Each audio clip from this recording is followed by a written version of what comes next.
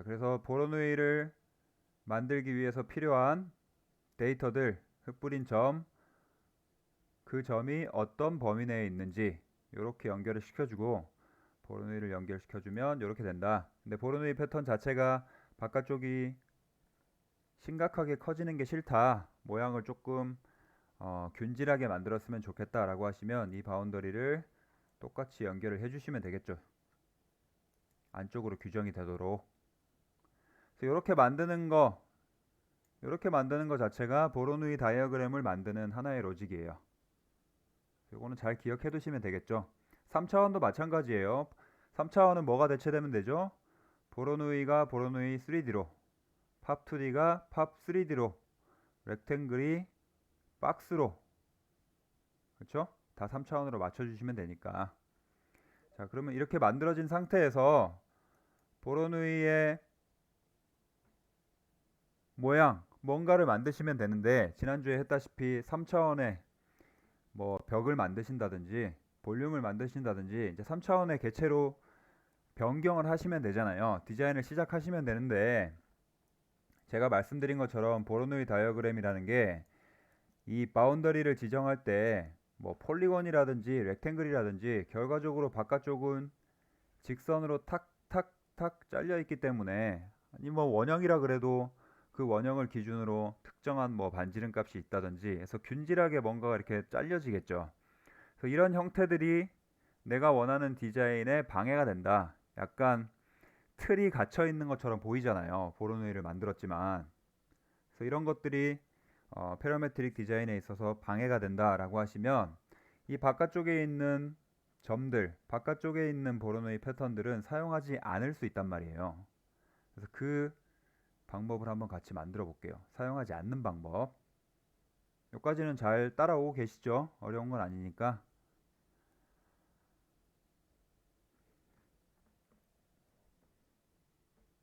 자, 그래서 안쪽의 점들, 바깥쪽의 점들만 제외를 하고 안쪽의 점들만 선택하겠다라고 하는 거는 기존에 우리가 했던 것처럼 컬 패턴을 사용하시거나 디스패치를 사용하시거나 해서 바깥쪽에 있는 점들을 없애버리거나 아니면 디스패치를 통해서 바깥쪽과 안쪽을 구분해서 특정한 점만 사용한다거나 라는 로직으로 짜면 되겠죠.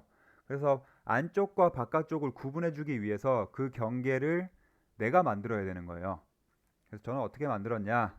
자, 스케일 NU. 그냥 스케일을 쓰면 X축과 Y축의 비율이 똑같이 줄어드니까 내가 원하는 대로 정확하게 이 바깥쪽의 점들만 안쪽의 점들만 따로 선택을 하지 못할 수도 있겠죠. 그래서 X축, Y축, X 비례, Y 비례를 따로 지정할 수 있도록 스케일 NU를 써서 안쪽의 사각형을 다시 만든 거예요. 어떻게 만든 거죠? 이 바깥쪽에 있는 내가 바운더리로 지정했던 사각형을 스케일 다운 시킨 거예요.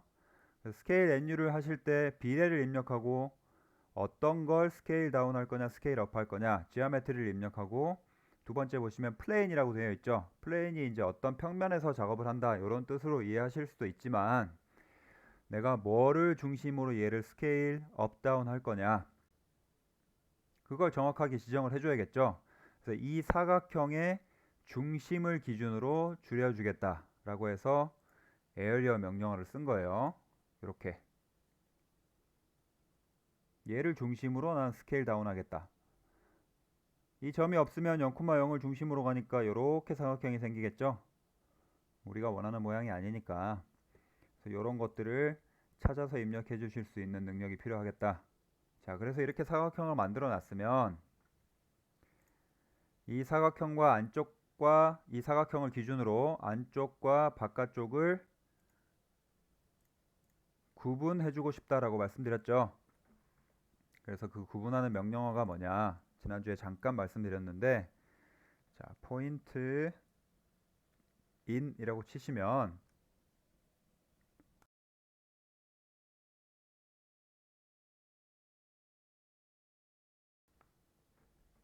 이런 게 하나 뜰 거예요. 포인트 인 커브 이렇게 요거 아이콘 새김새를 보시면 이렇게 휘어진 커브를 바탕으로 안쪽과 바깥쪽의 점을 구분해 줬죠. 그래서 우리가 원하는 명령어다. 포인트 인 커브스는 커브가 여러 개 있을 때겠죠. 근데 우리는 하나밖에 안 그렸으니까 아래쪽 걸 쓰시면 될 것 같아요. 이것도 마찬가지로 보로누이 3D를 여러분들이 하고 계신다라고 하면 커브를 기준으로 안쪽과 바깥쪽을 구분할 수 없겠죠. 볼륨이니까. 볼륨은 볼륨으로 구분을 해야 되잖아요. 그래서 만약에 여러분이 3D를 기준으로 작성하고 계신다라고 하면 point in brep 이라는 명령어로 대체하시면 돼요. 항상 내가 만들고 있는 차원이 몇 차원인가를 생각해 주시면 되겠어요. 자, 그래서 point in brep은 아니고 point in curve를 들고 와 보세요. 이렇게 생겼을 거예요. 자, 밑에 이제 가져다 놨으니까 요거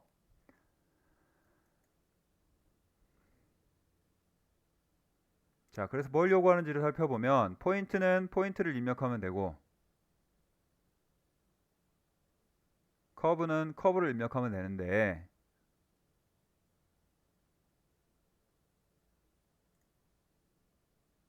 그렇죠? 여기서 중요한 게 이 포인트가 뭐냐라는 거예요. 이 포인트가 뭐냐. 근데 여러분들이 이걸 이제 잘 찾아서 만드셔야 되는데 단순히 이 명령어만 기억을 하고 계시면 보로누이에서 아웃풋으로 나온 게 뭐라 그랬죠? 셀이에요. 뭐가 인풋이고 뭐가 아웃풋인지를 공부를 하시면서 찬찬히 살펴보세요. 셀이 나오고 있다라고 하는 거는 요런 하나의 커브들, 폴리곤들이 나오고 있다라고 하는 거예요. 폴리곤들은 우리 라이노 배웠을 때 개체의 단계를 쭉 몇 번이나 설명드렸죠. 폴리곤들은 뭐죠? 커브죠, 커브. 그래서 이 포인트가 아니잖아요. 그러면 이 셀들, 이 커브들에서 내가 어떤 포인트를 잡아가야 되죠? 중심점을 잡아가겠다. 이걸 만들기 싫은 분들은 팝 2D에서 바로 가져가셔도 아마 될 거예요. 근데 미세하게 차이가 나죠, 보시면.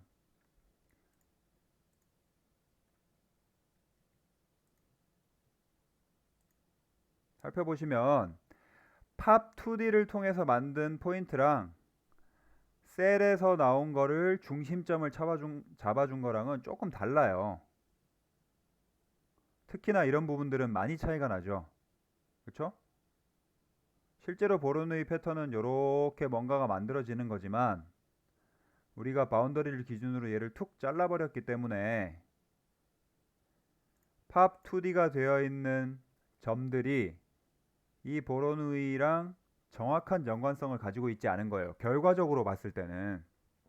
그렇기 때문에 요거 하나를 보로누이 패턴으로 인식해서 잘려진 부분은 우리가 알 수가 없으니까. 그렇죠? 에어리어를 다시 만들어주고 걔를 중심으로 포인트를 입력했다. 아시겠죠? 요게 다르다. 어떻게 다른지 한번 살펴보세요. 자, 그래서 이렇게 들어가고 이렇게 들어가면 이제 어떻게 구분된 거죠? 요 사각형을 중심으로 안쪽에 찍힌 점들, 바깥쪽에 찍힌 점들이 구분이 된 거예요. 그래서 구분이 됐다라고 하면 디스패치나 컬 패턴을 쓰시면 되는데 제가 말씀드린 것처럼 컬 패턴이라고 하는 거는 그 패턴을 없애버리는 거잖아요. 그렇죠? 그래서 안쪽과 바깥쪽 내가 어떤 걸 기준으로 모델링을 할지 모르고 바깥쪽에 있는 보로누이 패턴들을 이용해 가지고 안쪽과 바깥쪽을 구분해 가지고 다른 로직을 만들 수도 있잖아요. 두 개 다 디자인을 할 수 있잖아요. 다른 모양으로. 예를 들면 제가 이거 말씀드린 적이 있는데 건물을 만든다라고 가정을 해보면 자, 얘를 기준으로 건물을 만들었으면 우리가 가지고 있는 대지 내에서 건물이 있으면 그 건물의 바깥쪽 외부 공간까지 다 디자인해야 되는 게 건축가 역할이라고 제가 몇 번 말씀드렸는데, 그 바깥쪽의 공간을 디자인할 때 어떻게 공간을 규정해 가지고 뭔가를 만들 거냐, 조경의 패턴이라든지 주차장 구획이라든지 뭐 페이브먼트의 어떤 디자인이라든지 이런 것들 있잖아요. 그래서 그런 것들로 활용을 할 수도 있기 때문에 죽여버리지 말고 놔두자. 그래서 디스패치 명령을 쓴 거예요.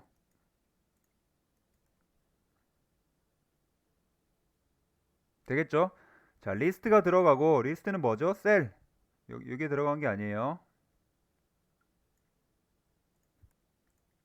리스트는 셀이고, 보로노의 그 패턴 자체, 패턴을 내가 만들었으니까 그 패턴을 입력해 주시면 A와 B로 나올 건데, A와 B는 보로누이의 셀들이겠죠. 그래서 커브가 됐던 뭐 폴리곤이 됐던 지오메트리가 됐던 뭐가 됐던 어떻게 다른지를 내가 살펴보기 위해서, 그 A와 B로 나눠진 게 뭔지 정확히 내가 보기 위해서 단순히 컨테인 컴포넌트로 연결을 시켜준 거예요. 이렇게 이해되시죠? 바깥쪽과 안쪽으로 구분된 걸 살펴보실 수가 있겠다. 자, 그래서 그 중에 바깥쪽으로 된 건 일단 잊어버리고 안쪽으로 된 것만 내가 사용하겠다 라고 해서 얘를 기준으로 모델링을 다시 시작할 거예요. 나중에 요 수치들은 쭉 한번 바꿔볼 거예요. 어떻게 바뀌는지.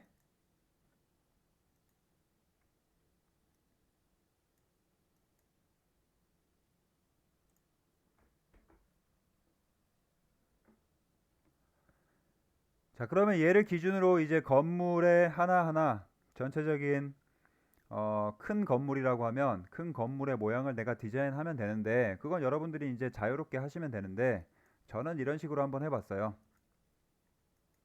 건물을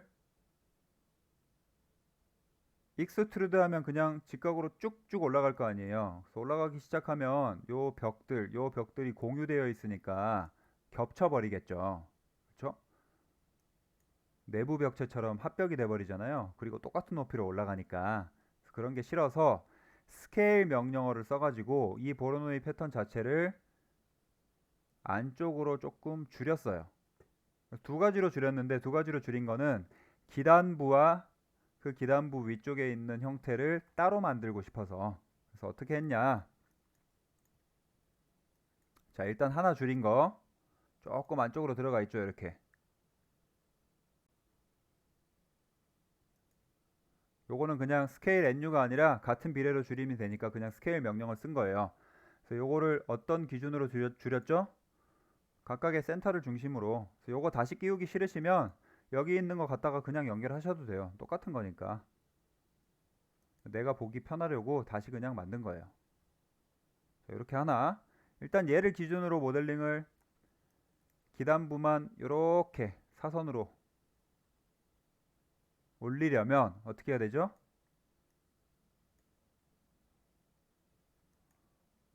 무브 명령으로 복사를 하신 다음에 스케일 줄인 걸 복사한 거예요. 일정 높이로. 이렇게.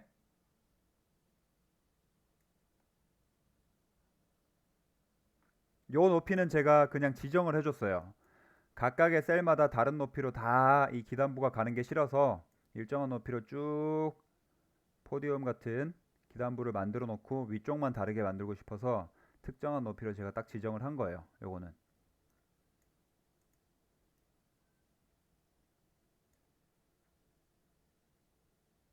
그리고 얘랑 얘를 연결시키면 되는데, 요 사이드 면을 만드시면 되거든요. 이제 만드시면 되는데, 만들려면 뭐 해야 되죠? 로프트 하면 되죠. 로프트. 그렇죠?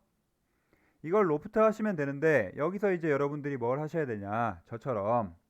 자, 로프트를 하기 전에 컴퓨터가 다운될 수도 있기 때문에 반드시 페리메트릭 뷰어, 파란 뷰어를 꽂아 보세요.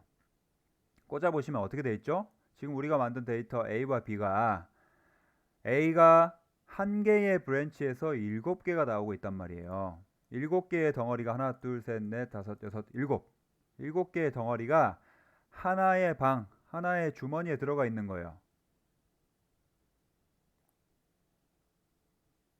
자, 마찬가지로 얘를 복사했으니까 이 위쪽에 있는 것도 하나의 브랜치에서 7개가 나오고 있겠죠. 근데 로프트라고 하는 거는 그 로프트의 특성을 라이노에서도 파악하셨겠지만 내가 순차적으로 커브를 클릭하고 넘어가면 걔네들을 쭉 로프트 해줘 버리잖아요. 그래서 하나의 브랜치에서 7개가 나오는 거, 하나의 브랜치에서 7개가 나오는 거 2개를 로프트를 해버리면 어떤 식으로 될까요? 아래쪽에 있는 7개를 한 평면이지만 요거 순서가 있을 거예요. 순서가 좀 가려보면 어떤 순서인지는 모르겠지만 여기서부터 0번이라고 하면 0, 1, 2, 3, 4, 5, 6 요 순서로 로프트를 다 해버리고 면을 이상하게 만들겠죠. 다시 얘가 상부층으로 슉 넘어가 가지고 로프트를 해버린단 말이에요. 그래서 여러분들이 원하시는 모양으로 로프트를 하실 수가 없어요. 그래서 이런 경우에 각각의 셀들이 각각의 셀들로 매칭이 되도록 0은 0번끼리 1은 1번끼리 2는 2번끼리 매칭이 되도록 그래프트를 해주셔야 된다라는 거를 아셔야 돼요. 이제 개념을.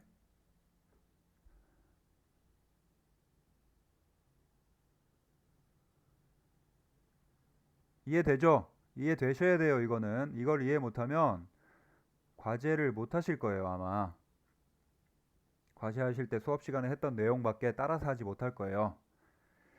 자, 마찬가지로 아래쪽을 그래프트 했으면 똑같이 위쪽도 맞춰줘야 된다 그랬죠. 1대1 대응이 돼야 된다고 했으니까 그래서 위쪽 아래쪽 둘 다 그래프트를 한 상태에서 로프트를 해보시면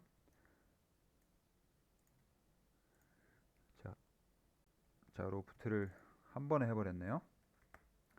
모양만 보면 이렇게 만들어질 거예요. 아래쪽에서 위쪽으로 살짝 좁아진 이 상태까지 기단부를 쭉 만든 거예요. 같은 높이로.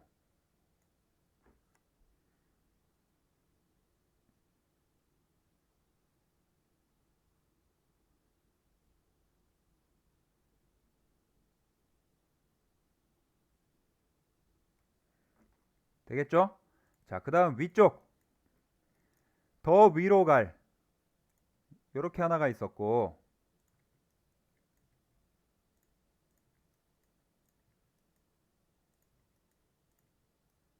그렇죠? 이렇게 하나가 있었고 더 위로 갈 개체 는 조금 더 줄여줬어요.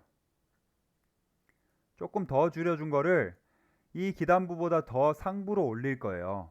상부로 올릴 건데 단순히 여기선 높이를 지정했잖아요. 마찬가지로 여기서도 높이를 지정하시면 1단계, 2단계, 3단계의 높이가 똑같은 이렇게 줄어드는 같은 높이의 건물이 만들어지겠죠.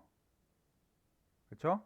근데 그건 좀 심심하니까 디자인으로 봤을 때 여기서 디자인 베리에이션을 내가 좀 줘보겠다. 그래서 저는 어떤 방식으로 했냐. 자, 이 상태에서 스케일을 조금 더 줄인 거예요. 이거는 0.94, 0.95라고 해도 되고 0.5배 반으로 줄였다. 자, 얘를 높이를 내가 차이를 두겠다라고 했으니까 높이에 대한 차이를 뭐 하면 되죠? 패러미터를 이용해 가지고 변화를 주면 되잖아요. 여기서 이제 디자인을 하실 때 나는 그러면 위층에 있는 요 사각형의 스케일 다운하는 크기를 차이를 주겠다라고 하실 수도 있고 높이와 크기 모두를 차이 주겠다라고 하시는 분들이 있을 수도 있고 그쵸? 그래서 요 스케일 자체도 변경이 되는 패러미터로 사용하실 수도 있을 거예요. 앞에서 우리가 쭉 했듯이. 그래서 그건 전적으로 디자인 하시는 분의 선택이니까 저는 높이만 변경을 한번 해볼게요. 자, 높이를 변경한다고 하는 건 뭐죠? 무브를 할 건데 위쪽으로 얘를 위쪽으로 무브를 할 건데 무브하는 높이를 다르게 하겠다라는 거잖아요. 그래서 어떻게 다르게 할 거냐? 잠깐 만들어 놓은 거는 잊어버리시고 얘를 상부로 무브 시킬 건데 어떻게 다르게 할 거냐? 앞쪽으로 다시 한번 가볼게요. 두 개의 트랙으로 항상 갔었죠. 세 개, 네 개의 트랙을 만드실 수도 있겠지만, 자, 앞쪽으로 다시 가보시면 디자인을 하시는 거예요. 이렇게 가다가 뭘 추가하고 뭘 추가하고. 자, 우리가 가지고 있는 보로누이 패턴, 그 중에서 선택한 거, 요거 얘를 기준으로 높이를 다르게 하겠다. 그래서 저는 커브 어트랙터를 기준으로 높이 차이를 만들었어요. 포인트를 쓰실 분도 있을 거고, 포인트들을 쓰는 사람도 있을 거고, 커브를 쓰는 사람도 있을 거고, 자유롭게 하실 수 있겠죠. 자, 보르누이 패턴을 중심으로 요 패턴과 연관성을 가지게 전혀 다르게 바깥쪽을 이렇게 돌고 있으면 연관성이 좀 떨어지겠죠. 차이를 극명하게 보기가 어렵겠죠. 거리의 데이터를 이용할 거니까. 커브를 여기서부터 이렇게 그려준 거예요. 제가 시간을 드릴 테니까 여러분들이 원하시는 커브를, 저랑 보로누이 패턴이 다르게 생겼을 거예요. 다르게 생겼을 거기 때문에 어떤 거는 가깝게 지나가고 어떤 건 좀 멀리 지나가도록 커브를 컨트롤 해가지고 하나 그려주세요. 지금 점 뭐 3개를 쓰면 이렇게밖에 안 휘니까 4개 이상을 쓰셔가지고 만들어 보시면 되겠죠.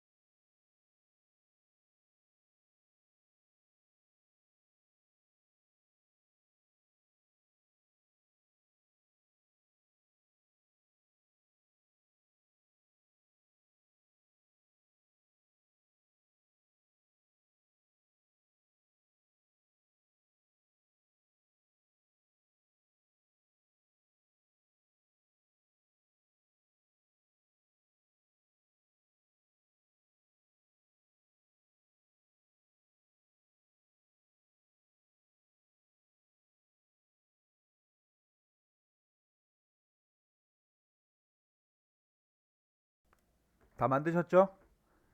자, 그럼 얘를 기준으로 커브 어트랙터를 사용하겠다라고 했으니까 어트랙터의 관계, 이 커브와 보로누이의 점들과의 관계를 구하면 되겠죠. 그쵸? 요거랑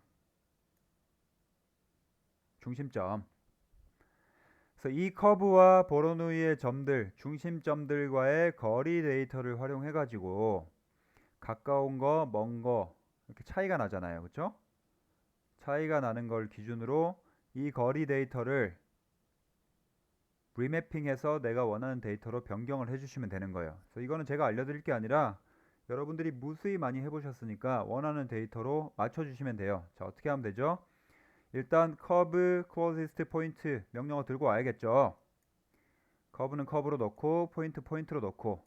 자, 여기서 불필요한 명령어들을 쓰시는 분들이 가끔 있어서 다시 한번 좀 듣기 싫겠지만 말씀드리면, 커브 closest point에서 나오는 데이터 자체가 distance가 있어요. 여기 보시면. 그쵸?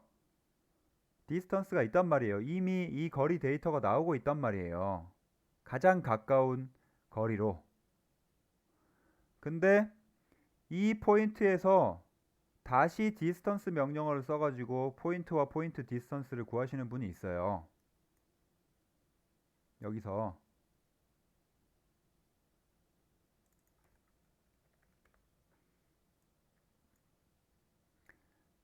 그렇게 하셔도 되는데 결국 같은 데이터거든요. 이 포인트가 이 포인트고 여기서 여기로 거리를 구하는 거니까. 얘는 얘를 구하고 얘는 얘를 구하는 거니까. 근데 제가 말씀드렸다시피 그래스호퍼는 논리 로직의 단계가 패러메트릭 뷰어를 꽂아보시면 다 기록되어 있다 그랬죠. 몇 단계의 법칙에서 몇 번째 몇 번째 몇 번째 이렇게 넘어가잖아요. 중괄호 표시해가지고. 그래서 단계가 많아지면 추후에 오류가 날 수가 있어요. 저도 오류가 난 적이 있고 몇 번 보기도 했었고, 이 단계가 굉장히 많아지면 그걸 나중에 심플리파이나 뭐 리페러메트리 메트라이즈, 예, 그걸 하지 않으면 오류가 날 때가 있더라고요. 그래서 그런 번거로운 일을 하지 마시고 이미 데이터가 나와 있으니까 그 데이터를 그대로 활용하시면 되겠다. 자, 그래서 이 거리 데이터 꽂아 보시면 어느 정도의 거리인지 알 수 있겠죠. 그렇죠? 2.5, 6.2, 0.9, 1.4. 근데 내가 원하는 높이의 데이터로 쓴다 그랬는데 얘를 이걸 그대로 꽂았을 때 과연 내가 원하는 높이냐? 아까 우리 기단부가 1.4였는데 1.4, 0.9가 있으면 상부층이 더 아래에 있는 거예요. 그렇죠? 그래서 내가 원하는 데이터가 아니라는 걸 확인하실 수가 있을 거예요. 그래서 이거를 원하는 데이터로 바꿔주셔야 된다. 그래서 어떻게 바꾸냐? 중간중간에 제가 패널을 쭉 꽂아놓은 거 보이시죠? 원하는 데이터로 만들기 위해서, 자, 바운즈 명령을 이용해서 바운즈를 구하고 remap 이용해서 1.5부터 5까지로 나는 변화를 시키겠다. 그래서 이 데이터 자체를 내가 원하는 수치로 바꿔주고, 자, 그 다음에 그래프 매퍼를 이용해 가지고 미세하게 그래프를 보면서 내가 원하는 모양으로 변경할 수 있게 다시 한번 리맵 해준 거예요. 그래프 매퍼로. 이 과정은 여러분들이 알아서 하시는 거예요. 패널 보면서.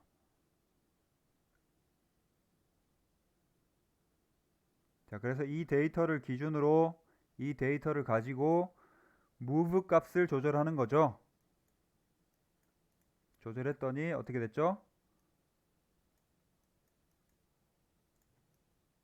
자, 올라간 높이가 다 다르겠죠, 이제. 어떻게 다르냐?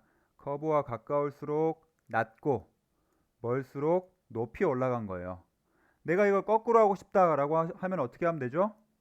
가까울수록 많이 올리고 싶다라고 하시면 말씀드렸다시피 그래프 매퍼에서 역그래프로 만들어 주시면 되는 거예요. x가 올라갈수록 y는 떨어지게 만들면 되는 거죠. 그렇죠? 마이너스 그래프로 만드시면 되는 거예요.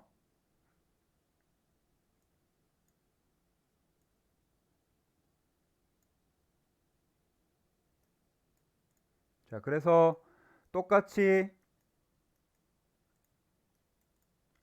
로프트를 해주면 되는데, 로프트라는 게 결국 얘가 0번, 0번, 0번 세 개가 하나의 집합이잖아요. 하나의 브랜치란 말이에요. 대응되는. 그래서 로프트를 할 때 클릭, 클릭, 클릭 하면은 쭉 올라가겠죠. 얘 로프트하고 얘 로프트 두 번 할 필요 없이 우리 로프트 할 때도 그렇게 하잖아요. 하나, 둘, 셋 이렇게 하잖아요. 순서가 중요하죠. 근데 얘 클릭하고 얘 클릭하고 얘 클릭하면 이렇게 말려버려요. 면이.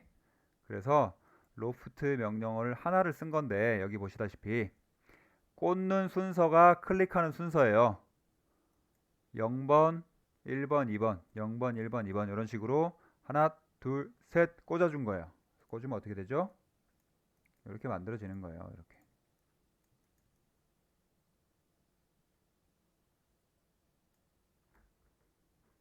자, 그 다음 얘는 속성이 뭐예요? surface잖아요. 면. 위아래가 다 뚫려 있죠? 그래서 얘를 솔리드로 변경을 해주기 위해서 캡을 씌워준 거예요.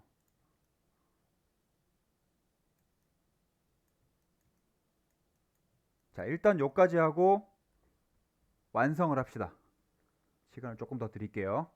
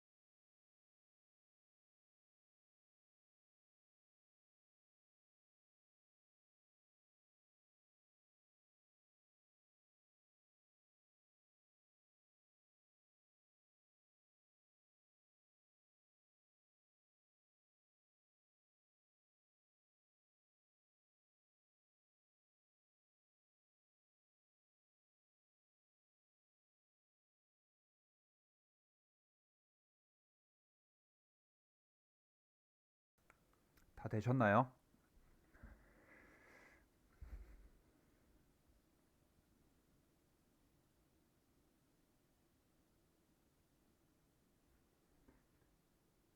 서동균 다 했어요?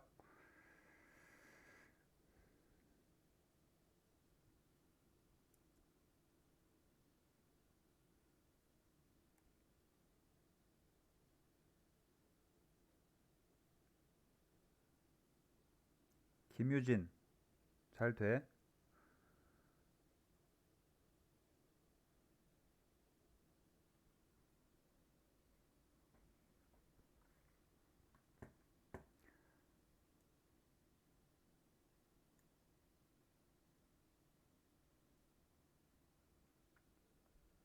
여러분들 하고 계실 동안 제가 알아서 출석 체크할게요, 지금.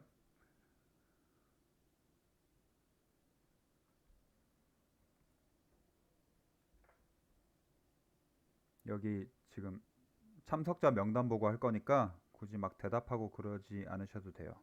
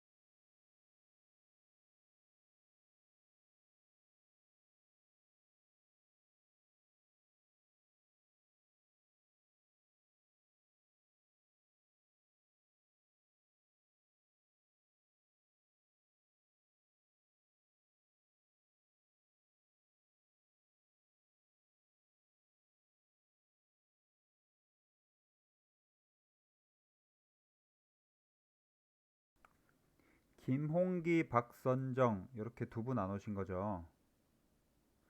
혹시 계시면 지금 말씀해 주세요. 김홍기, 박선정.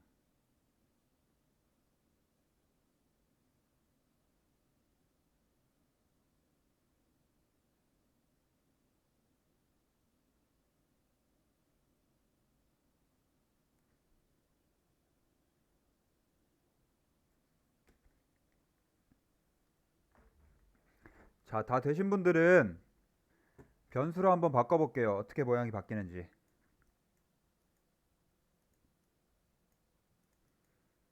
뭐가 뭐를 지칭하는지 본인이 만들지 않으면 잘 모르잖아요.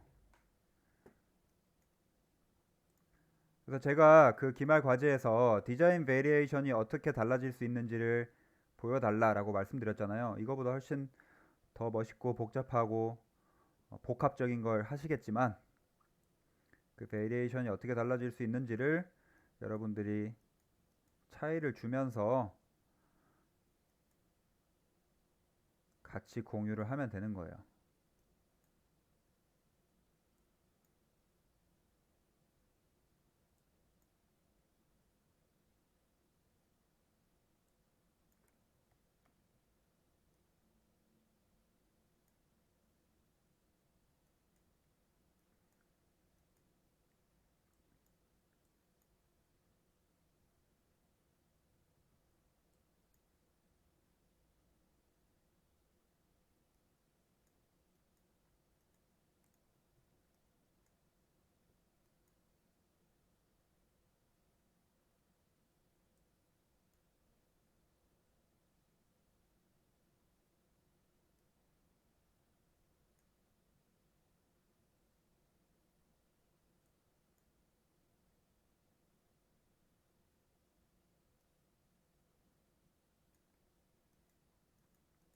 한번 해보세요. 제가 그냥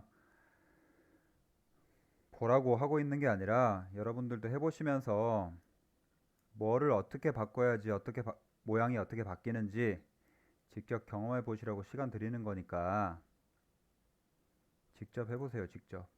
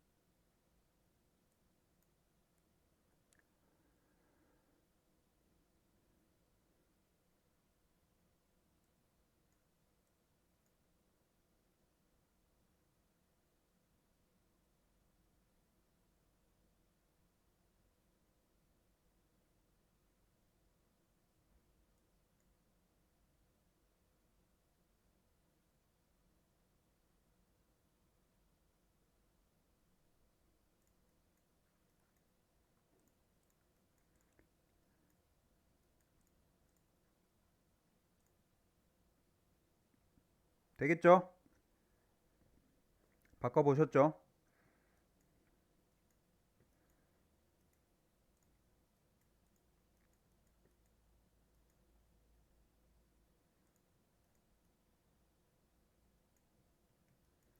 자, 마찬가지로 요거는 지난주에 한 거니까 다시 한번 제가 상기시켜 드리려고 알려드리는 거예요. 꼭 막 제가 이렇게 두 번, 세 번 디자인을 하면 무조건 이렇게 해야 된다고 생각하시고 똑같이 만들어 오시는데 그런 게 아니라 요거 remove duplicate lines 요거 있었던 거 기억나시죠? 요거 칸가루에 중복된 선들을 없애는 거 그쵸? 그래서 요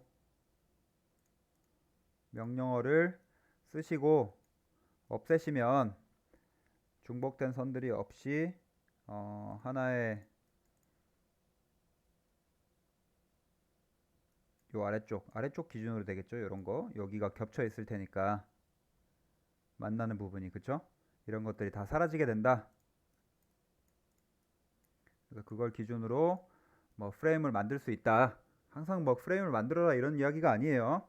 그래서 이렇게 하셔도 되고 그 다음에 각각 여기 부분에 어떻게 오프닝을 낼 거냐 이런 것도 다시 한번 이 면을 중심으로 다 내가 쪼개가지고 디컨스트럭트 비랩을 한 다음에 각각의 면들을 인식하게 해서 그 면들을 기준으로 내가 어떻게 그 프레이밍을 할지 아니면 뭐 원형을 서클 TTT 같은 원을 써가지고 뭐 오프닝을 만들지 이런 것도 추후에 이제 디자인을 계속 해보시면 돼요. 여러분들이 계속 디테일하게 뭔가를 만들어 가시는 거예요. 큰 틀을 정해놓고 자, 그 다음에 요거는 위버보드 내용이니까 한번 해볼게요. 안 해보셨으니까. 자, 캡 씌운 최종적인 모양이 이렇게 있는데 이 상태,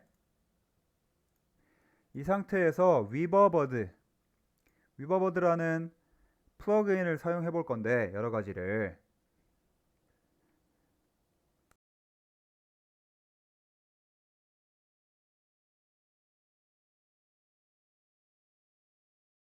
위버버드 플러그인을 사용하기 위해서는 B랩을 메쉬로 바꿔주셔야 돼요.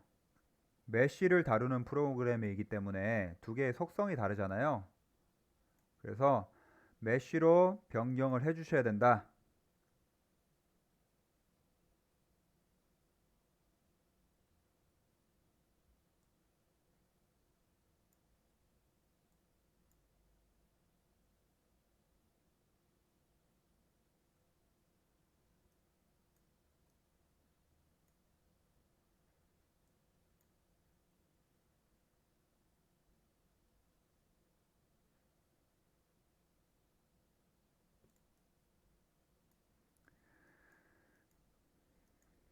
그래서 그냥 메쉬 명령어를 입력하시면 여기 있는 메쉬 B랩 메쉬를 입력하시면요, 바로 여기 뜰 거예요. Create a mesh that approximates Bref geometry. Bref geometry와 가장 흡사한 메쉬를 만들어 준다라고 써 있잖아요.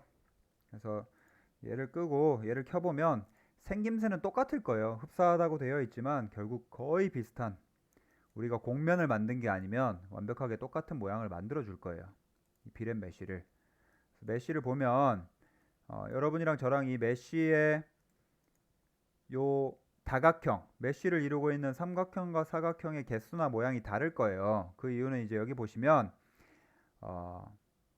비랩 메쉬의 세팅, S에 보시면 세팅이라고 되어 있죠. 이 세팅 값이 있는데 우클릭하시면 Set Mesh Options 이렇게 되어 있어요.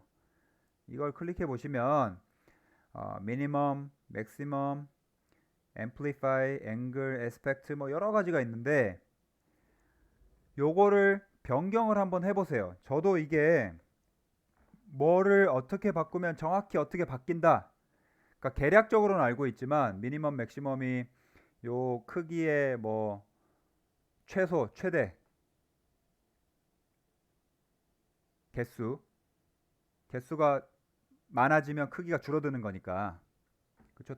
한 면을 결국은 다각형으로 쪼개는 거니까 그런 걸 결정하는 거고, 얘를 그 배수로 몇 배를 하면은 이 다각형의 크기가 굉장히 커지고 작아지고 이런 것들이 쭉 변하거든요. 톨러런스는 얼마만큼의 격차, 요 오차를 인정할 것인가. 그래서 직선인 경우에는 오차가 거의 뭐 없다고 보면 되니까 큰 영향을 미치지 않을 거고, 그래서 요거를 변경해 보시면 돼요. 여러분들이 숫자를 변경하시면서 이 다각형을 이루고 있는 형상들이 어떻게 변하는지를, 결국은 뭘 어떻게 간다라고 내가 정확하게 머릿속에서 전부 계산하고 딱 입력할 수 있는 사람 아무도 없잖아요. 디자인을 하실 때 디자인 베리에이션을 보는 거니까 그런 것들을 보면서 세팅 값을 바꿔줄 수 있다는 것만 알고 계시면 작업하시면서 스스로 좀 이것저것 만지면서 바꿔가시면 되겠죠.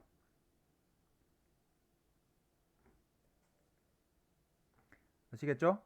자, 그래서 이렇게 세팅을 할 수가 있고, 이 세팅을 그럼 왜 한 거냐? 이 세팅을 왜 한 거냐? 세팅을 안 한 상태에서 한번 넘어가 볼게요. 여러분들은 전혀 안 했을 테니까. 자, 위버보드의 기능 중에 여러 가지를 그냥 한번 해볼 건데, 자, 위버보드 엣지 여기 있어요. 여기 엣지 프레임, 요거는 아마 써보신 분이 있을 것 같은데 제가 지난번에도 했었나? 메쉬를 바탕으로 그 엣지를 추출하는 거예요.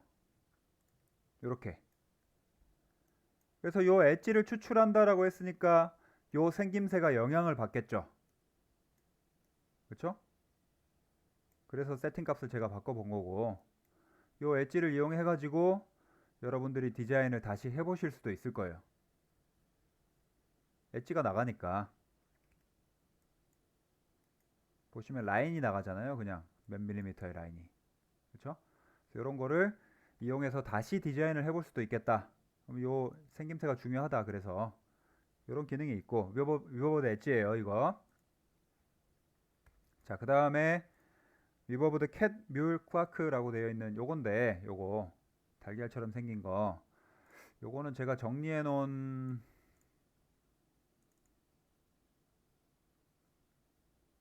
파일이, 저도 저 단어가 뭘 의미하는지 정확히 몰라서 예전에 이제 찾아봤었거든요. 써놓진 않았네.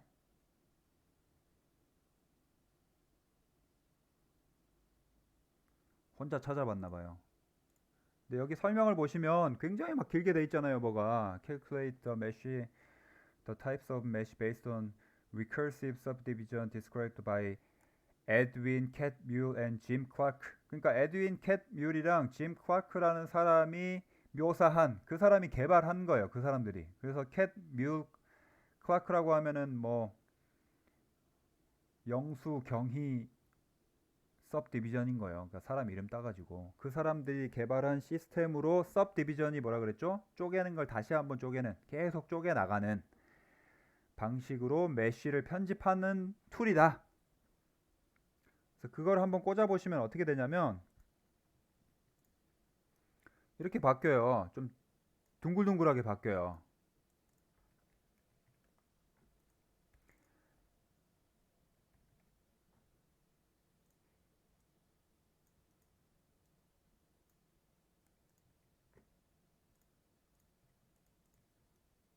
이런 식으로 둥글둥글하게. 그래서 이 앞에 인풋을 보시면 레벨 값, 서브디비전, 페이스의 서브디비전을 몇 레벨로 할 거냐. 레벨 값이 높아질수록 더 부드러워져요. 높아질수록 더 동글동글해진다. 그 다음에 스무스 네이키드 엣지를 얼마만큼 부드럽게 할 거냐. 3 이상은 안 되더라고요. 0, 1, 2 이렇게 되더라고요. 그래서 이런 것들을 조율하면서 내가 원하는 형태로 그냥 편집해 볼 수 있겠다. 근데 캣, 뮬, 클라크는 지금 제가 만든 것처럼 이 엣지가 많으면, 서브디비전이 많으면요, 많은 것들을 다 이렇게 동글동글하게 뭉치려고 하니까 오히려 이렇게 봉우리가 생겨요. 그러니까 요거는 크기가 적으면 적을수록 크게 동그랗게 이렇게 말아버리겠죠. 해보시면 알 거예요. 무슨 말인지. 잘게 쪼개져 있을수록 쪼개져 있는 형태를 유지하면서 끝에만 이렇게 동그랗게 해준다면, 크면은 큰 대로 알값을 크게 동그랗게 만들기 때문에 조금 더 둥그렇고 뭉뚱그려져요. 그래서 요거는 그냥 어, 각진 걸 동그랗게 만든다. 딱 그 개념이라고 생각하시면 될 것 같아요. 어떻게 바뀌고 어떻게 만드는지는 여러분이 한번 해보시면 될 것 같아요.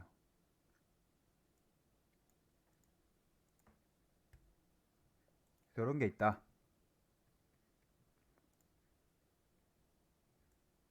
자, 마찬가지로 이렇게 생긴 게 거의 비슷하잖아요. 거의 비슷한데 조금 다르더라고요. 근데 저도 무슨 차이인지 잘 모르겠어요. 두 개가. 그러니까 똑같이 얘도 보면 이렇게 동글하게 만들어 주거든요. 근데 얘는 보시면 차이가 이렇게 전부 삼각형으로 변경을 해버렸죠. 얘랑 다르게.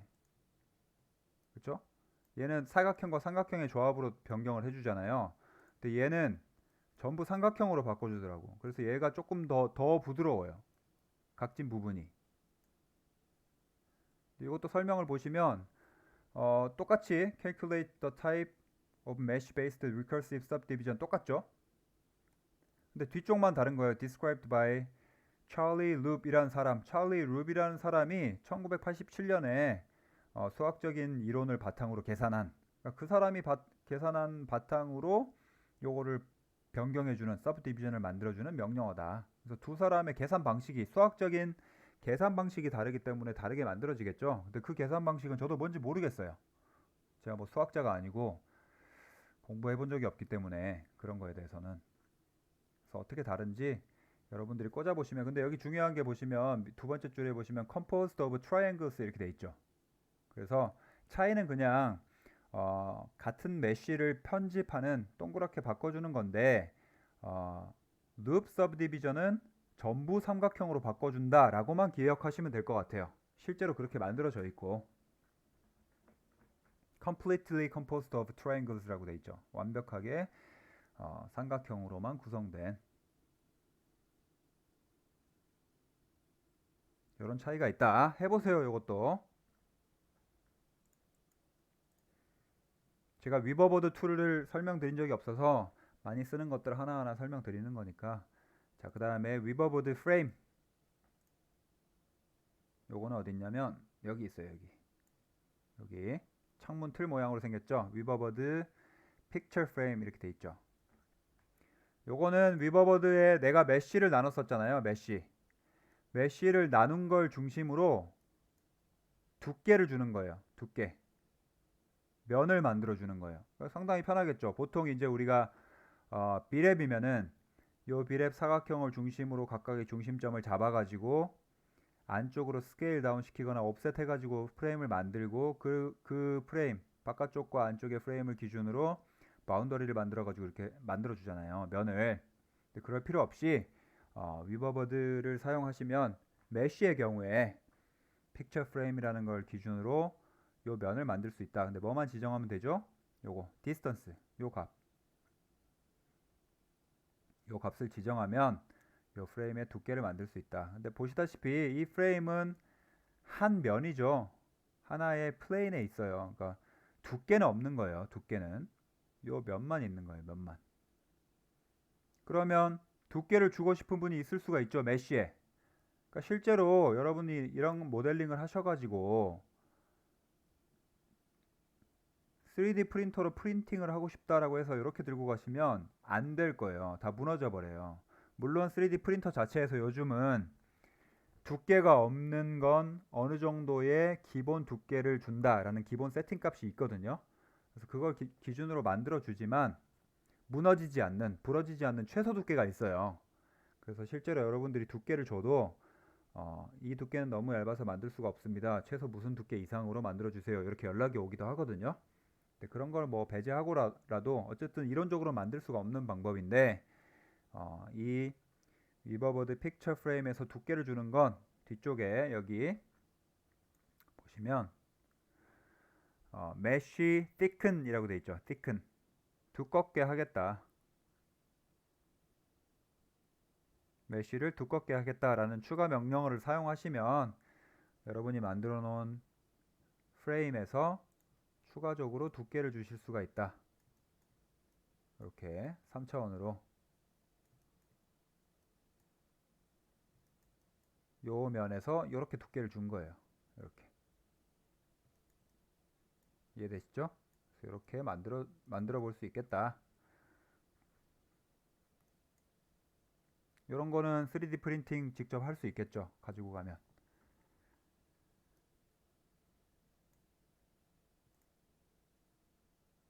그 다음에 얘를 다시 한번 cat, mule, clock를 연결하니까 이런 형상이 된 거예요. 뭐 예쁘다 이렇게 말하는 게 아니라 메쉬를 둥글둥글하게 굴려준다 그랬잖아요. 그래서 굴렸을 때 좀 징그럽죠. 징그러운데 이렇게 동그랗게 말아주니까 어떤 형상으로 바꿔주는지 확인하실 수가 있을 거예요.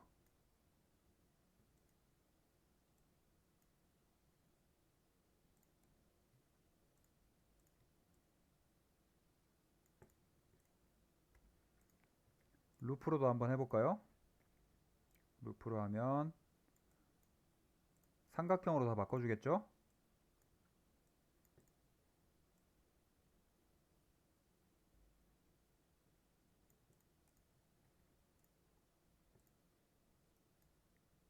얘는 그냥 이렇게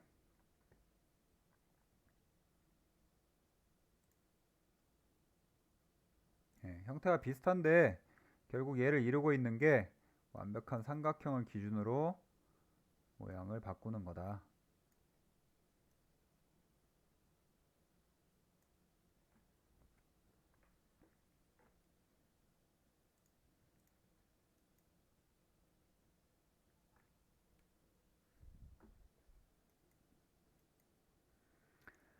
자, 그래서 여기까지 해서 제가 이 과정을 왜 저 스스로 생각해서 만들어 보고 여러분한테 이렇게 보여드리느냐, 디자인을 그래스호퍼를 통한 디자인을 요런 식으로 해볼 수 있겠다라는 간단한 예시를 여러분한테 보여드린 거예요. 제가 이렇게 구체적으로 설명하면서 모델링을 했는데 1시간 조금 넘게 걸렸잖아요. 그러니까 실제로 여러분들이 제가 기대하는 여러분들의 기말 과제는 이거보다 훨씬 잘하셔야 돼요.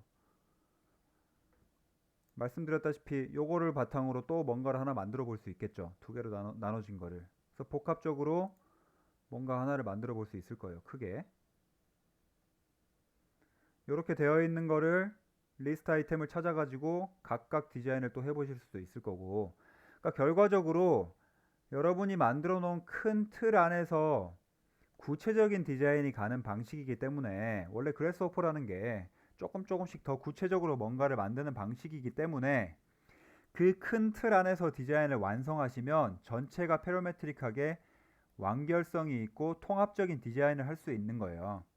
근데 여러분들이 뭔가를 더 많이 하고 싶고 더 많이 한 것처럼 보여주고 싶다고 해서 이렇게 만들어 놓은 로직 하나랑 전혀 다른 로직 하나랑 전혀 다른 로직 하나, 물론 세 개가 연관성이 있는 시작에서부터 출발하면 좋겠죠. 근데 결국 그게 큰 틀 하나잖아요. 그렇게 치면.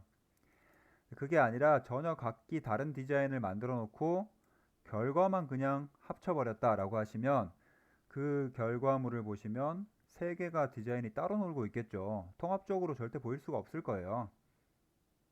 그래서 하나의 통합적인 디자인이 되기 위해서 어떤 방식으로 내가 모델링을 큰 틀을 잡고 구체적으로 나아가야 될지를 고민해 보시는 게 중요하겠다. 아시겠죠? 자, 요거는 여기까지 하고 넘어갈게요.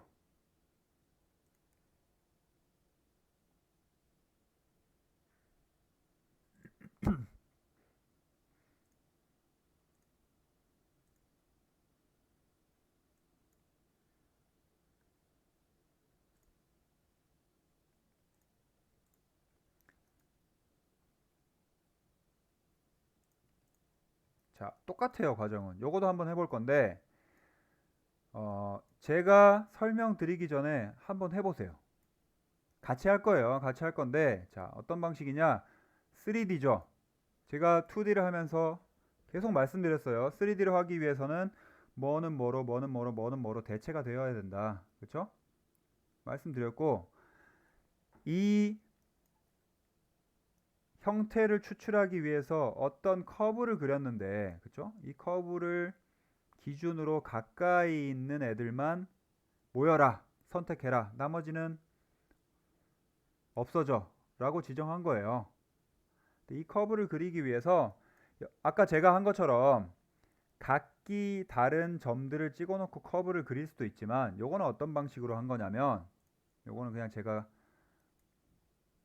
이렇게 하는 게 좋다고 생각해요. 그 기존에 앞에서 한 것도. 무슨 말이냐면, 자, 보로누이가 이렇게 만들어져 있죠. 3차원이. 근데 이 보로누이 3차원 중에서요, 각각의 점들을 중심으로 3차원의 개체를 만든 거잖아요. 그 중에서 팝 3D, 결국은 요 3D에서 보로누이를 만들었을 테니까, 그렇죠? 이 팝 3D 중에서 내가 원하는 점들을 찾아내서, 보이시죠? 여기 여기 여기 여기, 어떻게? 리스트 아이템으로. 그러니까 내가 원하는 점을 정확하게 0번, 12번, 14번, 36번 이렇게 찾아내실 수도 있고, 아니면 저는 일종의 랜덤성으로 0번째, 1번째, 2번째, 3번째 그냥 순차적으로, 어떤 방식으로 점을 찍었는지 모르겠지만 순차적으로 점을 추출해 가지고 그 점을 기준으로 넙스 커브 또는 인터폴레이트 커브, 넙스 커브나 인터폴레이트 커브는 두 개가 다르겠죠. 그렇죠? 이렇게 여러분이 원하시는 걸 찾아내서 이 점을 지나는 커브를 그냥 그린 거예요. 그러니까 아까 2차원이랑 했을 때랑 다른 게 뭐죠? 2차원으로 했을 때는 내가 점을 찍었고 그 점을 바꾸기 위해서 내가 컨트롤을 또 해야 되잖아요. 그렇죠? 내가 나의 의도가 더 많이 들어간 거예요. 좋다 나쁘다라고 말하긴 그렇고, 정확히 내가 의도하는 대로 그 커브 그려서 가깝고 멀고를 컨트롤한 거예요. 근데 지금 같은 경우는 흩뿌린 점들을 기준으로 몇 번째 몇 번째 몇 번째를 연결해 버려 라고 지정을 했기 때문에, 이런 경우에는 어떻게 통합적으로 변경되느냐, 내가 만약에 박스의 개수를 바꾸거나 시드를 변경해도 요거 팝3D에 개수나 시드를 변경해도 이 커브는 자연스럽게 변화가 된다. 무조건 0, 1, 2를 있는 커브를 만든 거니까. 그쵸? 변경을 한번 해볼게요. 그쵸? 알아서 커브 모양이 바뀌는 거예요. 그래서 요거는 뭐가 좋다 나쁘다라고 말하기에는 조금 애매하고요. 당연히 통합적인 더 연관성이 있는 디자인이다라고 하면 이게 연관성이 있겠지만 이건 여러분이 원하는 대로 모양을 컨트롤할 수는 없잖아요.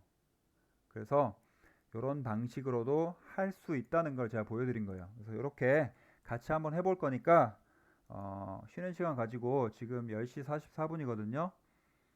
커피도 좀 타오시고 아침이니까 어,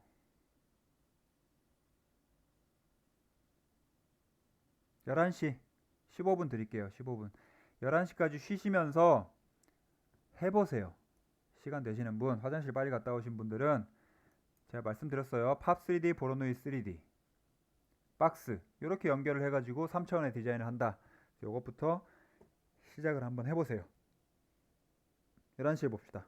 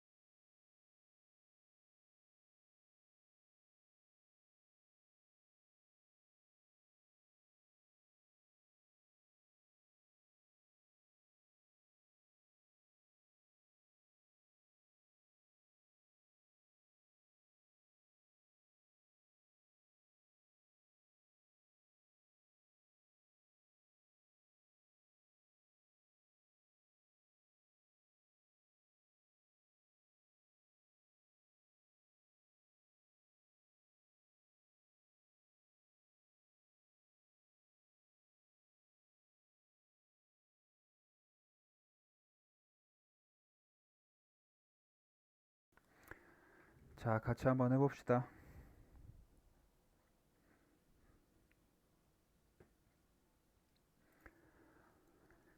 말씀드린 것처럼 보로누이 3D를 한다고 했으니까 포인트랑 박스, 바운더리를 입력하시면 되는데, 자, 일단 팝 3D를 해야겠죠. 3차원의 점들을 흩뿌릴 거다. 어디를 기준으로? 내가 만든 박스를 기준으로 이 안쪽의 점을 흩뿌려 달라.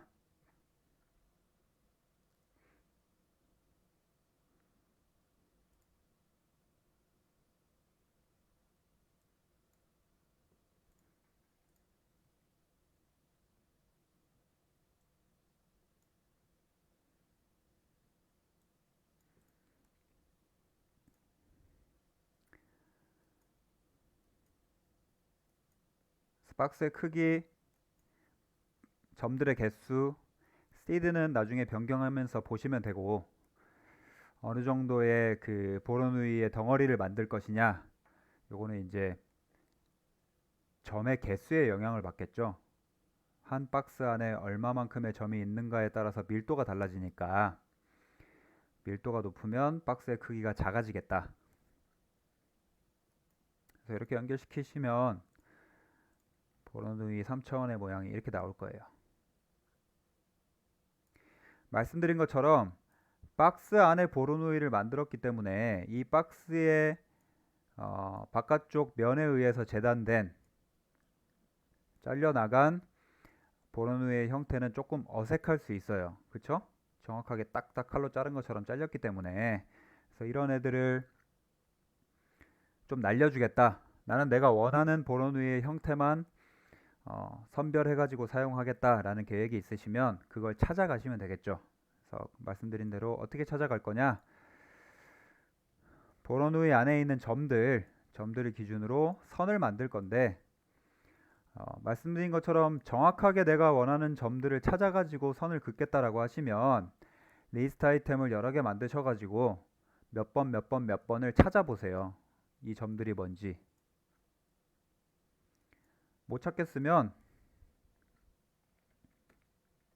포인트 리스트 꽂아보면 나오겠죠. 굉장히 복잡하게 나오겠지만, 그쵸? 이렇게 해보시면 몇 번째 점인지 대충 보이잖아요. 이렇게. 그쵸? 내가 원하는 점이 87번, 뭐 25번, 20번, 149번 이런 식이다 하면 그걸 리스트 아이템으로 찾아가지고 쭉 연결시켜 주시면 되는 거예요. 되겠죠?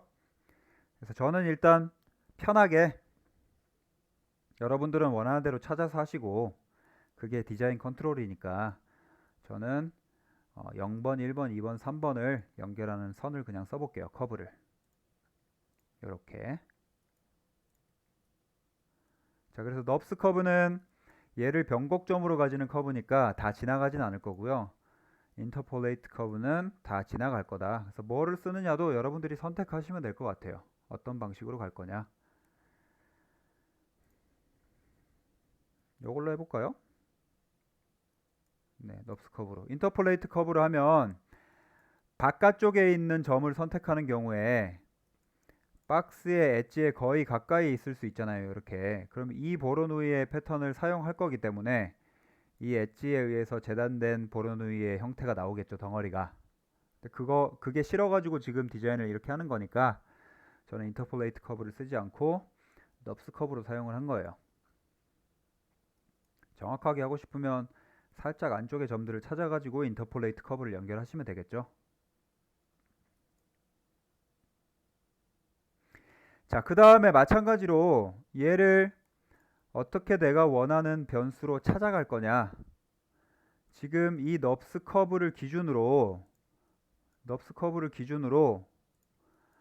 이 넙스 커브에 가까이 있는 보로누이 셀만 선택을 하고 싶은 거예요.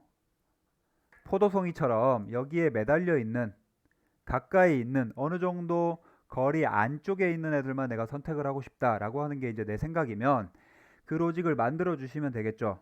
가까이 있는 먼 이런 걸 찾을 수 있는 게 curve closest point죠. 그쵸? 단순히 파라미터를 변경하는 용도로만 사용하는 게 아니라 원래 curve closest point라는 게 어떤 커브에 가까이 있는 점들 그리고 그 점들 간의 거리를 추출하는 명령어이기 때문에 얘를 그대로 사용해 가지고 자 포인트는 포인트 전부 입력하고 커브는 내가 그린 럽스 커브로 입력을 해주고 그러면 이 모든 팝 3D의 점들로부터 내 넙스 커브까지의 최단 거리가 전부 계산이 되고 있겠죠. 이 디스턴스 안에. 그쵸? 보시면 점이 무려 150개가 찍혔잖아요. 그럼 150개의 거리 데이터가 나오고 있을 거라고요. 이렇게 0이라고 하는 거는 0번을 지나고 있기 때문에 거리가 0인 거죠. 이렇게 지나고 있단 말이에요. 자, 여기서 이 거리 데이터를 쓸 건데 여기 보시면 smaller라는 걸 썼어요. 뭐보다 이하, smaller than 이렇게 꺽쇠 쓰시면 이게 뭐보다 작다, 크다라는 기호잖아요. 그냥 기호를 쓰시면 이게 떠요.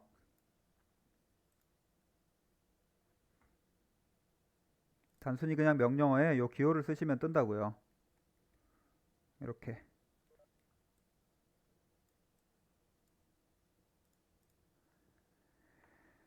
자, A와 B가 있는데 어떤 거리 데이터 전체를 A로 잡고 내가 B라는 데이터를 지정을 했어요. 숫자 제가 8을 입력했죠. 이렇게 입력을 해주면 두 개의 데이터가 추출이 되는데 비슷하지만 조금 다르죠. 항상 작은 거, 같거나 작은 거. 어떤 로직인 거죠? 전체의 거리 데이터가 들어가서 숫자 8과 비교를 한단 말이에요. 비교를 해서 숫자 8보다 작은 거 또는 숫자 8보다 같거나 작은 데이터들을 추출해주고 있는 거예요.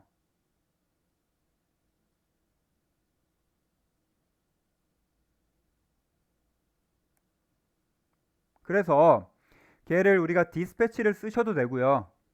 디스패치를 쓰면 A와 B로 나눠서 두 가지를 다 사용하실 수가 있는 거고 컬 패턴을 사용하시면 내가 입력한 컬 패턴 이외의 모든 것들은 죽여버리잖아요. 이 패턴만 살려두는 거죠. 그래서 8 이하의 것들만 리스트로 살아남아서 추출이 되는 거예요. 어떤 리스트가? 전체 보로누의 리스트가 거리 데이터 8 이하의 것들만 살아남아서 추출이 된단 말이에요.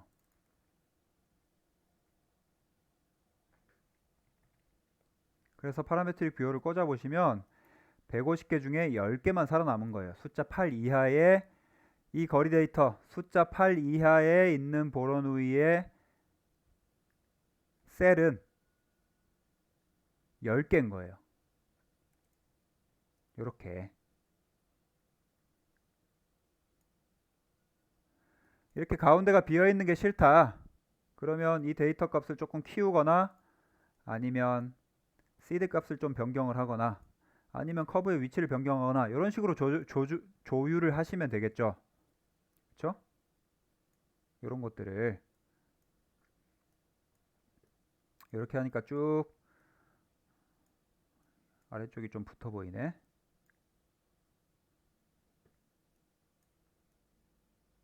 이런 식으로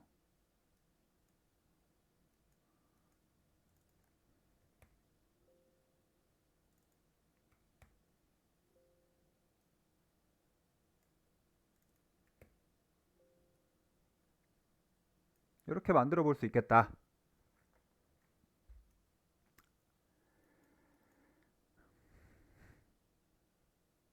자, 그래서 지금 나오고 있는 보로누이의 모든 셀들은 한 개의 브랜치에서 12개가 나가고 있잖아요. 12개가 나가고 있다는 거는 12개가 각각의 개체로 지금 한 방에 들어있다는 거예요. 그래서 걔를 솔리드죠. 얘는 셀이니까 한 덩어리니까 이미 3차원의 개체잖아요. 얘를 솔리드 유니온 해주면 이 덩어리 자체가 하나로 합쳐지겠다. 이렇게 이렇게.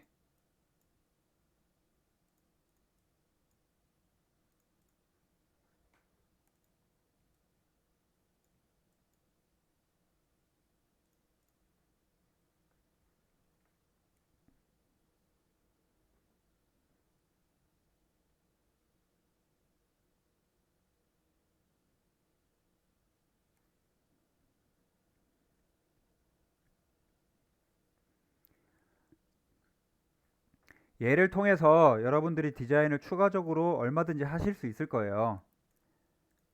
그렇죠? 지금 한 개의 브랜치에서 12개니까 특정한 개체를 여러분들이 찾을 수도 있을 거고요. 그렇죠? 리스트 아이템을 통해서 뭐 여섯 번째 덩어리를 찾아가지고 여섯 번째 덩어리만 프레임으로 변경시킬 수도 있겠죠. 그렇죠? 형태를 뭐 홀수 짝수로 나눠가지고 디자인을 변경하실 수도 있겠고, 그래서 그런 부수적인 디자인들은 여러분들의 창의력을 이용해서 얼마든지 새로 하실 수 있다고 보고요. 그런 걸 하셔야 되는 거고, 지금 덩어리 자체에서 아까 전에 했던 것처럼 얘는 비랩이죠. 비랩을 메쉬 데이터로 바꾸면 결국 형태는 동일하지만 속성이 이렇게 쪼개진 메쉬로 될 거다. 삼각형과 사각형의 조합으로. 그래서 얘도 마찬가지로 메쉬의 세팅을 변경해 보시면 이 메쉬가 쪼개진 크기나 배열들이 변경될 거예요. 변경하는 이유는 말씀드린 것처럼 뒤쪽에서 이용할 수 있기 때문에 어떻게 엣지를 추출한다거나, 그쵸? 요 모양이 달라지겠죠? 또 프레임을 준다거나 두께를 준다거나, 두께를 주고 다시 thicken 하면은 3차원으로 된다 그랬죠? 요 두께 준 게 아래쪽으로 내려가니까 이런 식으로 레이저 프린터 할 수 있는 상태. 그리고 얘를 마찬가지로 뭐 캣, 뮬, 쿠아크라든지 루프를 써보시면 얘가 이제 동글동글하게 변경이 될 거예요. 형태가. 근데 뭐 무작정 막 연결하고 하지 마시고 여러분들이 디자인을 하시면서 어떤 의미를 가지고 내가 뭘 만들고 싶은지 그런 걸 생각해 보면서 디자인을 해보세요.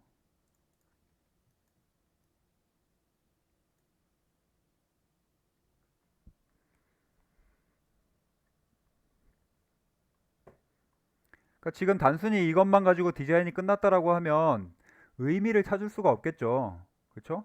그래서 이게 뭐야 라고 하면 그냥 공부해 본 거죠, 이거는. 여러분들이. 그래서 여러분들이 만드는 기말 과제에는 의도가 들어가야 돼요, 의도가. 내가 뭘 만들고 싶고 어떤 의도를 가지고 뭘 표현하고 싶어서 이런 걸 만들었다라는 게 중요하겠죠. 베이크 한번 해볼까요?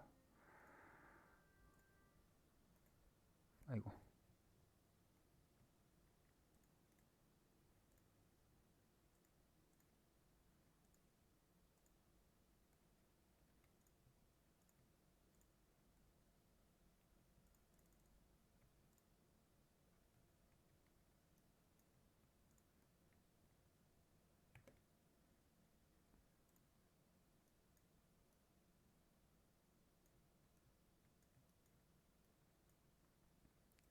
이런 식으로 만들어 볼 수 있겠다.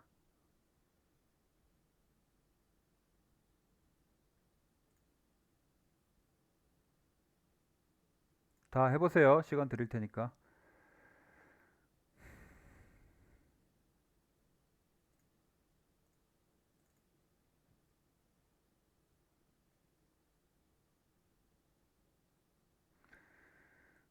그리고 요게 하나 더 있는데 요거는 제가 앞에서 한 거 있잖아요. 그 2D에서 포인트 인 커브 안쪽에 있는 것들만 선택을 했잖아요. 지금 바로 직전에 만든 거는 거리를 입력해가지고 몇 이하, 몇 이상 이런 식으로 찾아내는 거고 요거는 어떤 커브 안쪽에 있는 거, 바깥쪽에 있는 거 이렇게 찾아낸 거였잖아요. 제일 처음에 한 거. 마찬가지로 얘는 박스를 이용해가지고 그 박스 안쪽에 있는 박스를 스케일 다운해서 안쪽에 있는 점들만 찾아내는 거예요. 그래서 이건 어떻게 하느냐? 말씀드린 것처럼 어, 어딨냐? 여기 포인트 인 비랩 포인트 인 비랩 데이터를 사용하시면 되겠다. 포인트 인 비랩 데이터. 그래서 3차원이기 때문에 3차원의 명령어로 다 치환을 해 주셔야 돼요. 필요한 것들을. 그래서 요거는 오늘 마지막 수업이니까 같이 안 할 거예요. 그냥 빨리 끝낼 건데 여러분들이 궁금하신 분들은 한번 해보시고 방식은 똑같아요. 방식은 안쪽에 있는 덩어리들만 찾아내는 건데 제가 이런 것들을 왜 그냥 설명을 좀 구구절절 드리냐면 수업 시간에 그 해본 내용만 여러분들이 그 기억하시고 하시려는 경향이 있어서 새로운 생각을 하기가 사실 어렵잖아요. 그래서 이런 식으로도 할 수 있다는 걸 보여드리려고 제가 설명을 드리는 건데, 자, 보로누이에 박스가 있어요. 그러면 항상 이 박스의 데이터만 사용을 해야 되는 건 아니잖아요. 이 박스를 변형시킬 수 있다 그랬잖아요. 그래서 이런 얘는 박스를 어떻게 변형시킨 거냐면 어, 박스 자체를 deconstruct b랩을 한 거예요. deconstruct b랩. 할 수 있겠죠. 박스를 안쪽에 있는 박스, 바깥쪽에 있는 박스, 이 박스 하나의 볼륨이라고 생각하면 하나의 볼륨을 기준으로 스케일 다운 시키면 이 박스와 똑같은 형태가 안쪽에 들어가 있겠죠. 조그만한 애가. 중심은 당연히 어떻게 찾아야 되죠? 3차원으로 치환해야 된다 그랬죠. 명령어는. 에어리어는 2차원의 명령어고 볼륨이라는 명령어로 볼륨 3차원의 무게중심점을 찾아낼 때는 볼륨을 써야 된다고 말씀드렸어요. 이런 것들을 다 3차원적으로 대체를 시켜줘야 된다. 자, 볼륨을 이용해서 스케일 다운 시키는데 지금 그래프트 걸려 있죠. 각각의 개체 중심으로 줄어들어야 되기 때문에 전체가 줄어드는 게 아니잖아요. 전체 덩어리가 각각의 개체를 중심으로 스케일 다운 시키면 각각의 개체들이 다 안쪽으로 스케일 다운 되어 있을 거예요. 그래서 그 다운 되어 있는 것들을 다 디컨스트럭트 비랩 해준 거예요. 안쪽과 바깥쪽 모두를. 그러면 페이스 엣지 커브, 페이스 엣지 벌텍스 이렇게 추출이 되겠죠. 점선면. 그 점선면 추출된 것 중에 엣지 데이터만 추출해가지고 엣지 데이터. 그럼 바깥쪽에 있는 박스, 안쪽에 있는 박스, 바깥쪽에 있는 보로누이와 안쪽에 있는 보로누이의 엣지가 다 추출되겠죠. 그 엣지들을 1대1 대응되게 다 연결시켜 준 거예요. 엔드 포인트로. 그러니까 엔드 포인트를 찾아준 거예요. 해보세요 한번. 같이 하진 않을 거예요. 그래서 엔드 포인트를 찾아준 다음에 컨스트럭트 메쉬 익스플로드 설명할 때 말씀드렸어요. 익스플로드 설명할 때 디컨스트럭트 메쉬와 컨스트럭트 메쉬를 써가지고 예전에는 익스플로드를 했었다라고 말씀드렸잖아요. 그래서 컨스트럭트 메쉬라는 데이터 내가 가지고 있는 점들 4개의 점이 있겠죠. 이 커브에 점을 하나 둘 셋 4개를 찍은 거잖아요. 그렇죠? 요 4개의 점을 지나가는 메쉬의 면을 만들겠다. 메쉬의 면을 만들겠다라고 해서 컨스트럭트 메쉬를 쓴 거예요. 근데 만들다 보면은 이렇게 하나, 둘, 셋, 4개가 정확하게 인식이 돼야지 이렇게 칠해지잖아요. 근데 지금 삼각형으로 만들어졌죠. 그 이유가 컨스트럭트 메쉬에 오더가 있어요. 오더. 내가 메쉬의 면을 만들 때 이렇게 컴퓨터가 그릴 거 아니에요. 그리는데 순서가 어떻게 지정이 되어 있는가에 따라서 이렇게 그리고 이렇게 간 거예요. 이렇게 그리고 이렇게. 이해되죠? 이렇게 그려야 되는데 이렇게 그리고 이렇게 갔단 말이에요. 그래서 4개의 순서를 오더를 지정하기 위해서 F값에 보면은 컨스트럭트 메쉬의 F값 우클릭 해보시면 오더가 있을 거예요. Q 오더가 0, 1, 2, 3으로 되어 있는 거를 0, 1, 3, 2로 바꿔준 거예요. 0, 1, 3, 2 이렇게 가게 이렇게 할 수 있겠다.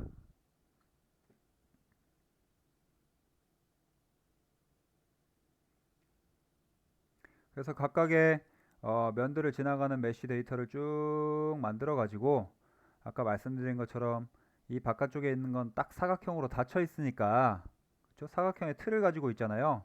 그래서 이게 싫으니까 이 전체의 볼륨을 스케일 다운 해가지고 안쪽에 있는 이 바깥쪽에 있는 메쉬 데이터는 다 날려버리고 안쪽에 있는 것만 선택하면 이렇게 바깥쪽에 있는 게 다 날아갔으니까 안쪽에 있는 메쉬의 면들만 다 선택이 되겠죠. 과정만 이해하시면 돼요. 그래서 요걸 가지고 그냥 또 여러 가지 변경을 해본 거예요. 캔뮤 클라크도 한번 넣어보고 룹 데이터도 넣어보고 형태를 변경해보고. 그래서 이거를 컬 패턴이 아니라 지금 컬 패턴을 썼잖아요. 컬 패턴이 아니라 디스패치를 사용하신다면 안쪽에 있는 거 바깥쪽에 있는 거 두 개의 데이터를 다 활용해 가지고 뭔가를 만드실 수도 있겠죠. 그렇죠? 그리고 지금 만들어 놓은 거는 바깥쪽에 셀 안쪽에 셀 그 차이를 이용해 가지고 사이에 뭔가를 만든 거잖아요. 그러면 실제로 안쪽에 있는 데이터 바깥쪽에 있는 데이터 각각의 셀들도 여러분이 만들어 놓은 데이터로 살아 있겠죠. 그래서 그런 것들을 어떻게 얘랑 통합적으로 디자인을 하실 수가 있을지 그런 것들을 한번 고민해 보시면 될 것 같아요. 아시겠죠? 궁금하신 부분들이 잘 이해가 안 된다라고 하시면 요거는 한번 제가 자료 공유해 드릴 테니까 쭉 따라서 한번 해보세요.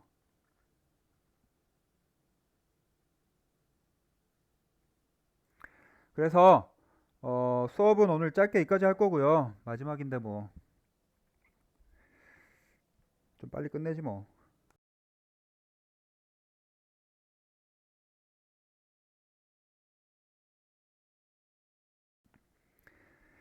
다음 주 금요일 9시 반까지 반드시 제출해 주시고요. 제가 말씀드린 것처럼 발표 시간은 제가 여러분들의 디자인 의도를 정확하게 알기 위해서 평가를 잘 해드리기 위해서 정확히 해드리기 위해서 갖는 거고 그 발표의 점수도 5점 포함이 되어 있기 때문에 하는 거고요. 수업 시간에 나머지에 대한 모든 평가는 여러분들이 제출해 주신 자료를 바탕으로 할 거예요. 9시 반까지 제출을 안 해주시면 그 제출할 수 있는 칸이 닫히거든요. 제출 종료가 될 거예요. 그래서 제출 못 하시면 나머지 점수 다 날리시는 거예요. 아시겠죠? 그래서 덜 완성이 돼도 좋으니까 반드시 시간 계획 잘 세우셔가지고 시간 내로 마무리를 해달라. 저도 지금 월요일에 설계 공모 하나 마감이 있거든요. 저도 마찬가지예요. 마감을 할 때 원하는 거 제출하라고 한 것들 전부 다 만들어 가지고 제출할 수 있는 파일로 만들어 놓고 시간 내로 제출을 해야겠죠. 시간 내로 제출하지 않으면 아무리 설계가 좋아도 평가 자체를 해주질 않아요. 그냥 낙선이에요. 그래서 여러분들이 앞으로 설계를 하시면 그런 일들이 너무 많기 때문에 제가 그런 것들 좀 중요하게 생각하는 거고. 자, 9시 반까지 제출 끝내주시고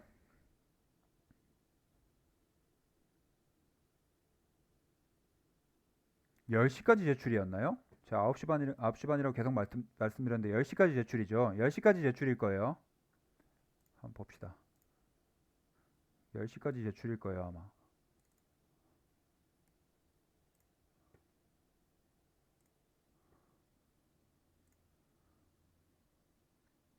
네, 10시까지일 거예요. 다시 확인해 볼게요. 제가 계속 9시 반으로 잘못 말씀드린 것 같은데 시간 써진 대로 하시면 돼요. 봅시다. 한번 볼게요.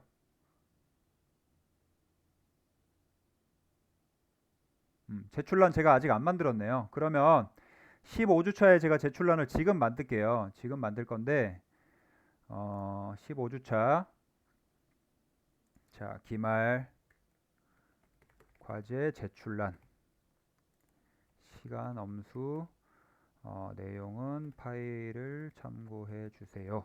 이렇게 하고 파일을 보면 네, 발표는 대면으로 컴퓨터실에서 할 거예요. 뭐 대면이라 그래서 막 굉장히 부담스러운 건 아니고 여러분들이 컴퓨터에 자료 쭉 넣어놓고 저는 제일 앞자리에 앉아 있을 거고요. 나머지 분들은 뭐 불안하시면 제일 뒷자리에 앉으시든지 마스크 끼고 반드시 마스크 끼고 어, 간단하게 시간 정해져 있진 않으니까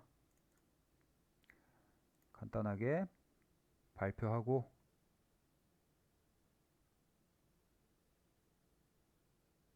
네, 10시까지네요. 10시까지로 제가 지금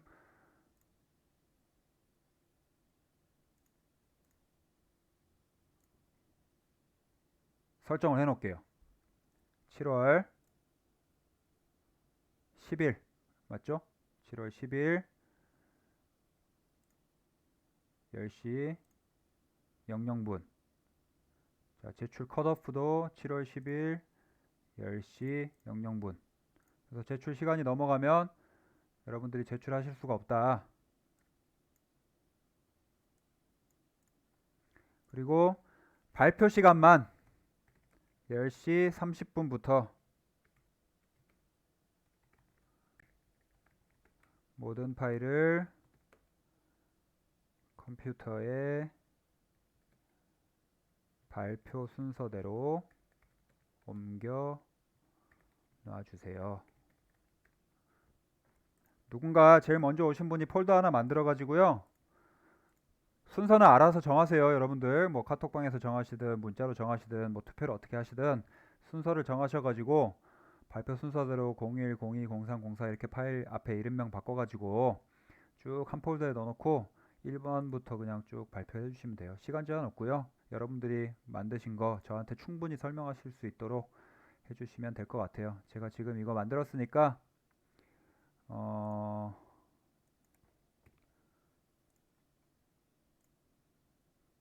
네, 제출해 주시면 되고 6일 22시간 남았대요, 여러분. 다음 주에 학교에서 봅시다. 학교에서 10시 반에. 네, 기말고사 제출 파일서가 요거 말씀하시는 거죠. 요거 지금 보고 계시는 거 요거 같이 올려드렸어요. 요거 같이 올려드렸고 요 시간만 바뀐 거예요. 10시 반으로. 마지막으로 요거 한번 더 보여드릴게요. 기말 예시 한참 전에 보여드렸으니까 설명 안 하고 이렇게 하셨다. 이거보다 잘 만들면 좋겠죠. 더 잘하는 사람 있을 거예요, 분명히. 이런 식으로 하셨다, 선배님들이. 이 포맷을 안 따르셔도 돼요. 발표는 항상 패널도 마찬가지고요. 패널도 교수님이 막 어디에 뭐 넣고 어디에 뭐 넣고 이렇게 말씀드리는 거 아니잖아요. 여러분들이 작품을 설명하기 쉬운 대로 단지 제가 원하는 데이터들, 이 로직에 대한 스크린샷이랑 베리에이션이 어떻게 바뀌는지 꼭 넣어달라고 하는 것만 적재적소에 여러분들이 넣어가지고 만들어 주시면 돼요. 뭐 컨셉 스케치가 있으면 넣으셔도 되고 순서도를 넣고 싶다라고 하시면 넣으셔도 되고 이거는 작년에 패널로 발표를 해가지고 이렇게 패널 형식인 거예요. 지금 우리는 패널 아니에요. 근데 이렇게 이것도 작년에 패널이어가지고 이렇게 된 거니까 이렇게 만드실 필요는 없겠죠. 아시겠죠? 다음 주에 봅시다. 10시 반에. 한 학기 동안 배우느라 고생하셨고 오늘 수업 자료랑 동영상은 똑같이 올리던 대로 올려드릴게요. 마지막까지 좀 공부하시고 아이디어도 좀 생각해 보시고 도파심에 다시 한번 말씀드리면 수업 시간에 배운 내용 제가 고안해낸 거잖아요. 제가 디자인한 거잖아요. 그거 똑같이 만들면 좋은 점수 절대 받으실 수 없어요. 아시겠죠? 여러분들의 창의적인 디자인을 해보세요. 지금 혹시 늦게 오신 분이 있는지 모르겠는데 제가 출석 불렀었어요. 두 분이 안 오셨으니까 두 분만 제가 확인을 해볼게요. 계신지 안 계신지. 부르진 않을 거고. 잠깐만요. 나가지 마시고.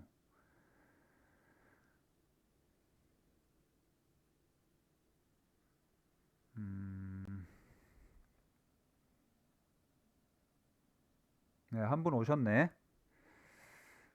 제가 지각으로 체크를 할게요. 한 분 오셨고, 한 분 안 오셨고. 15명, 19명.